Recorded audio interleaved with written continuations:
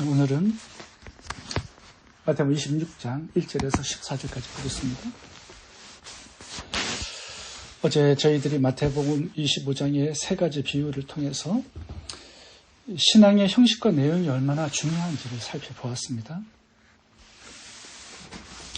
주님의 재림을 준비하면서 성도들이 이 두 가지를 준비해야 합니다. 열처녀 비유에 나오는 덤과 기름이 덤은 신앙의 형식을 의미하고요. 기름은 신앙의 내용을 의미합니다. 이 두 가지를 성도들은 갖추어야 합니다. 그게 참된 신앙이에요. 그런데 신앙의 형식과 내용 중에 어떤 게 더 중요하냐? 신앙의 내용입니다. 주님을 믿고 사랑하고 경외하는 이 내면적인 게 외적인 것보다 더 중요합니다. 왜냐하면 주님을 향한 믿음과 사랑, 존중이 있으면 말씀에 대한 순종과 행함이 자연스럽게 열매로 나타나기 때문입니다. 오늘 본문에 마리아의 섬김도 보면 그 부분에 대한 것을 좀 더 자세하게 설명하고 있습니다. 마리아가 300데나리온의 옥합을 깨어서 주님께 헌신했습니다. 이 섬기면요, 정말 대단한 섬김이었습니다. 왜냐하면 이 300데나리온의 옥합은요, 300일치 임금에 해당하는 금액입니다. 그러니까 1년 연봉을 깨어서 주님께 헌신해 드린 것입니다. 그 당시에 여인들은 결혼 지참금으로 이 나드 향유를 모으는 풍습이 있었습니다. 마리아도 이 결혼 지참금으로 오랜 시간 이 옥합 향유를 모았습니다. 1년치 300데나리온, 오늘날로 말하면 한 10만 불 정도 되는 가치죠. 이걸 예수님께 아낌없이 드린 것입니다. 전 재산을 다 드렸어요. 그런데 아깝지 않습니다. 큰 기쁨이 되었습니다. 왜냐하면 주님을 마음을 다해서 사랑했기 때문입니다. 그 사랑의 마음에서 이 엄청난 헌신과 섬김이라는 열매가 나온 것입니다. 예수님께서 마리아를 매우 칭찬하시고 이 복음이 땅끝까지 전파하는데 이 마리아의 헌신과 섬김도 전파하라는 명령을 제자들에게 내리고 있습니다. 이 마리아의 헌신과 섬김을 모든 성도들의 모델로 삼으신 것을 보게 됩니다. 10절부터 읽어보겠습니다. 이 여자가 내 몸에 이 향유를 부은 것은 내 장사를 위하여 함이니라. 내가 진실로 너희에게 이르노니 온 천하에 어디서든지 이 복음이 전파되는 곳에는 이 여자의 행한 일도 말하여 저를 기념하라 하시니라. 모든 성도들의 섬김과 헌신의 롤 모델로 삼으신 것입니다. 그래서 사복음서에 이 마리아의 섬김과 헌신이 다 나옵니다. 오늘 본문에 마리아의 헌신과 섬김을 통해서 세 가지 교훈을 살펴보겠습니다. 첫 번째 교훈은 섬김에 주님을 사랑하는 마음이 있어야 한다는 것입니다. 이게 가장 중요합니다. 주님께서 300데나리온의 엄청난 금액의 헌신을 받아서 기뻐하신 게 아니라 마리아의 주님을 향한 사랑의 마음을 받으시고 기뻐하신 거죠. 이 사복음서에 이 마리아의 섬김이 다 나오는데요. 이 표현들을 살펴보면 마가복음 14장 8절 보세요. 힘을 다하여 내 몸에 향유를 부어 내 장사를 미리 준비하였느라. 힘을 다했습니다. 누가복음 7장 38절 보면 울며 눈물로 그 발을 적시고 자기 머리털로 씻고 그 발에 입 맞추고 향유를 부으니 300데나리온 전 재산을 드리면서도 막 울고 감격해서 지금 헌신하고 있어요. 왜 그렇죠? 사랑하는 마음이 너무나 많았기 때문에 그런 거죠. 그러니까 섬기면서도 감동해서 눈물이 나오는 거예요. 너무 감사한 거예요. 섬길 수 있다는 게. 요한복음 11장 2절을 보면 마리아의 사랑의 마음, 감사의 마음이 어디서 나왔는가를 볼 수 있습니다. 이 마리아는 향유를 주께 붓고 머리털로 주의 발을 씻기던 자요 병든 나사로는 그의 오라비더라. 요한복음 11장에 보면 예수님께서 이 나사로가 병들어 죽었을 때 그 집을 찾아가 나사로를 죽음에서 살리신 이 기적을 행하신 내용이 나옵니다. 마르다, 마리아, 나사로 가정은 부모님이 일찍 죽은 고아 가정이었어요. 예수님께서 나사로가 죽었을 때 눈물을 흘리실 만큼 이 가정을 사랑했습니다. 그리고 부활의 기적을 행하여서 죽은 나사로를 살려내셨어요. 그 의미는 이 마리아의 가정에 굉장한 중요한 선물을 주신 것인데, 예수님의 신성, 인성, 죽음, 부활을 믿는 이 구원의 믿음을 그 가정에 선물로 주신 것입니다. 언젠가는 주님의 베푸신 이 사랑과 은혜를 보답해야 하지 않은 마음을 가지고 기다렸는데 오늘이 그날이 된 것입니다. 그래서 마음을 다해, 목숨을 다해, 눈물로 예수님께서 베푸신 그 사랑과 은혜를 보답하는 사랑의 표현을 주님께 드린 거예요.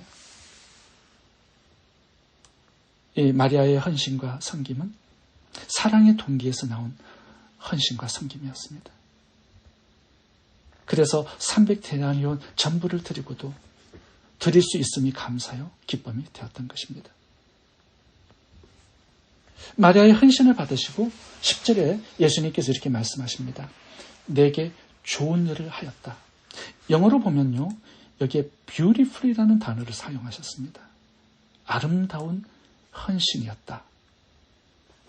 이 좋다라는 단어를 헬라어 원어 사전을 찾아보니까 탁월한이라는 뜻입니다. 탁월하다. 이 좋다라는 단어가 구약에서는 예배 용어로 사용을 했습니다. 흠이 없다라는 뜻입니다.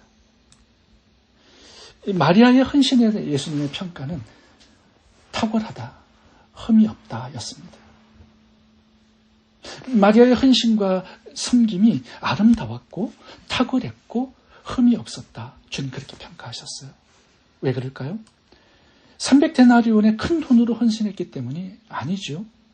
그 마음에 예수님을 향한 사랑, 경외, 감사, 예수님께 조금이라도 기쁨을 드리고 싶은 그 마음을 주님께서 보신 것입니다.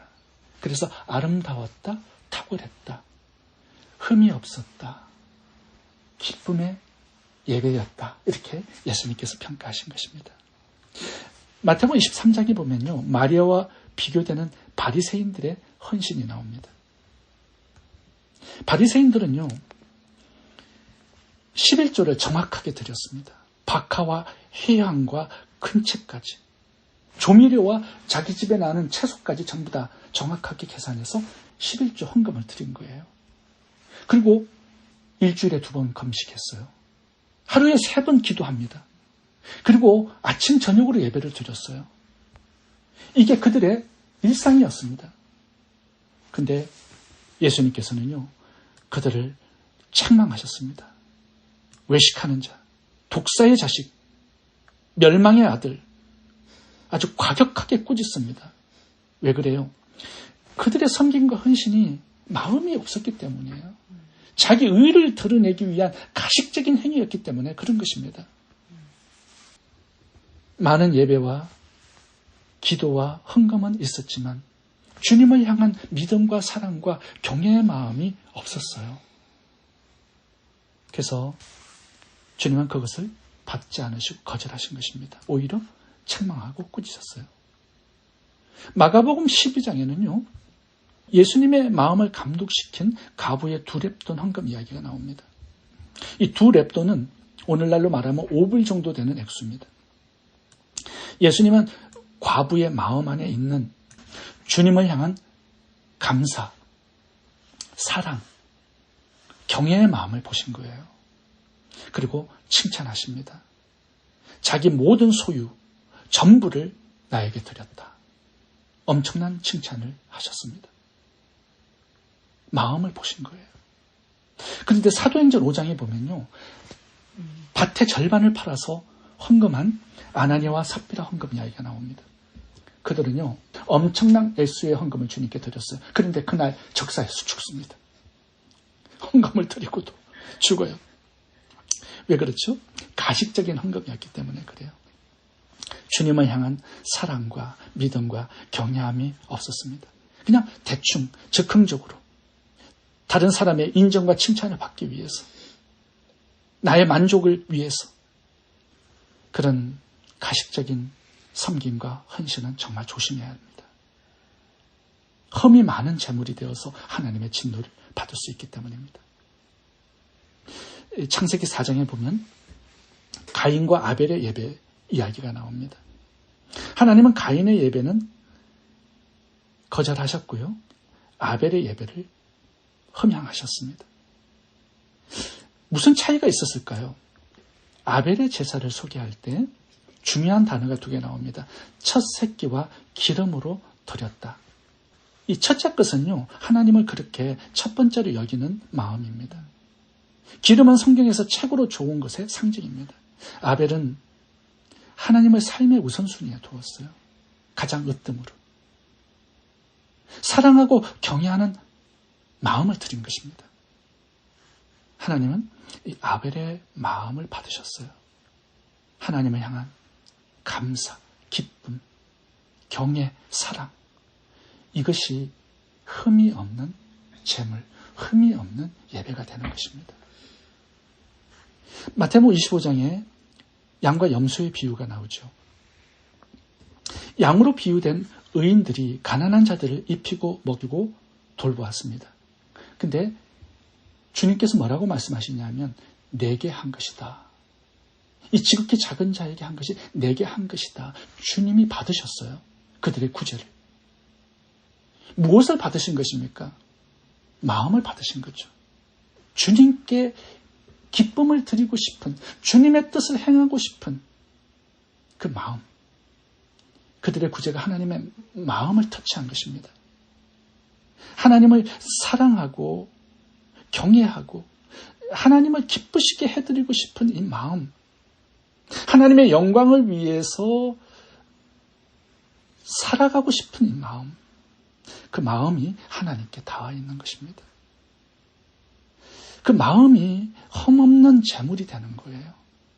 그리고 탁월한 예배로 하나님께서 받아주시는 것입니다. 두 번째 경우는 헌신하기 위해서 미리 준비해야 한다는 것입니다. 마리아의 헌신을 보면요, 적극적인 것이거나 충동적이지 않았습니다. 오래전부터 미리 준비했습니다. 이 옥합은요, 결혼 지참금으로 모았는데 하루 이틀에 모을 수 있는 게 아닙니다.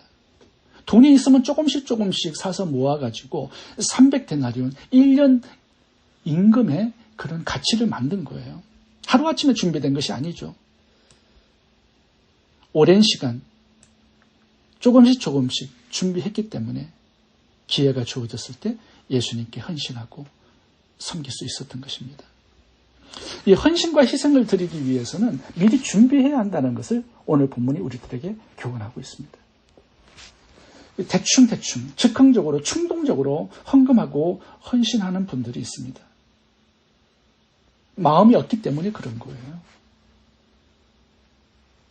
미리 준비하잖아요. 그러면 마음과 정성이 들어갑니다. 구약의 예배를 보면요, 일주일 전부터 집에서 준비해야 했습니다. 짐승도 준비해야 됐고요. 떡과 음식도 미리 만들어 놔야 합니다. 그렇게 준비할 때 마음과 정성이 들어가요. 이게 흠없는 제물이 되는 것입니다. 제가 지난번에도 간증을 드렸지만 제가 아내 모르게 돈을 모으고 있습니다. 비자금을 좀 모으고 있어요. 그 이유는 제가 이렇게 모아서 준비되잖아요. 그러면 하나님께 기도합니다. 필요한 사람을 만나게 해달라고. 그러면요, 그 액수에 걸맞게 정확한 필요한 사람을 만나게 되어요. 하나님께서 이렇게 연결해 주시는 것을 많이 보게 됩니다. 준비한 것을 하나님께서 받으시고 또 사용해 주신다라는 거 참 많이 경험하게 됩니다. 그래서 저는 준비합니다. 하나님께 드릴 예물, 헌신, 섬김을 미리 준비해요. 그러다 보면 기도하게 되고 또 마음과 정성이 들어가게 됩니다. 이제 그 준비된 것을 하나님께서 기뻐 받으시고 사용해 주시는 겁니다. 세 번째 교훈은 섬김의 기회를 잘 붙들어야 한다는 것입니다. 오늘 본문은 예수님이 십자가에서 죽기 전 3일 전에 있었던 일입니다. 예수님께서 이 베단이라는 동네를 지나쳐서 이제 예루살렘 골고다로 올라가시는 길입니다. 그러니까 이 베다니가 마지막 방문이었고 다시 돌아올 수 없는 방문이었습니다. 이 사실을 문둥이 시몬과 마리아가 잘 알고 있었습니다. 그래서 베다니에 사는 이 두 사람이 예수님을 마지막으로 섬길 수 있는 기회를 붙들었습니다. 이게 마지막 기회다. 다시 이 기회가 돌아오지 않는다. 그동안 풍성하게 받았던 예수님의 사랑과 은혜를 보답해야지, 표현해야지. 그래서 문둥병에서 고침받은 시몬은요, 자신의 병을 고쳐주신 예수님의 은혜를 보답하고자 식사를 준비해서 대접했습니다. 예수님께서 마지막으로 이 집에서 식사를 하신 거예요. 그리고 마리아는요, 그동안 모았던 결혼 지참금을 예수님께 드린 것입니다. 만약에 시몬과 마리아가 기회가 또 있겠지 생각하고 섬김과 헌신을 내일로 미루었다면 어떻게 되었을까요? 성경에 그들의 이름과 섬김은 기록되지 않았을 겁니다. 오늘 본문이 우리들에게 주시는 교훈이 무엇입니까? 예수님을 사랑하는 마음, 섬김을 준비하는 것도 중요하지만 예수님을 섬기고 헌신할 기회를 잘 붙들어야 한다는 것입니다. 왜냐하면 기회가 항상 있지 않기 때문에 그렇습니다. 돈도 건강도 시간도 항상 있는 게 아닙니다. 재물이 있을 때, 건강이 있을 때, 도와야 할 사람이 있을 때 그 기회를 잘 붙들고 헌신하고 섬길 수 있어야 한다는 것입니다. 특별히 우리가 살아가는 인생은요, 일생입니다. 단 한 번밖에 기회가 없어요. 그래서 예수님을 섬길 수 있는 기회가 있다면, 선교의 구제에 헌신할 기회가 있다면 내일로 미루지 말아야 합니다. 주님께서 감동을 주실 때, 또 건강과 재정이 있을 때, 도움을 줘야 될 사람이 있을 때 그 기회를 놓치지 않기를 바랍니다. 준비하고 기회를 기다려야 하지만 기회가 왔을 때는 미루지 말고 붙들어서 그 기회를 내 것으로 만들 수 있기를 바랍니다. 말씀을 마치겠습니다. 오늘 저희들이 섬김에 대한 교훈을 함께 살펴보았습니다. 섬기기 위해서는 주님을 향한 사랑의 마음이 있어야 합니다. 그리고 섬김을 준비해야 합니다. 그리고 기회를 잘 붙들 수 있어야 합니다. 기도하겠습니다.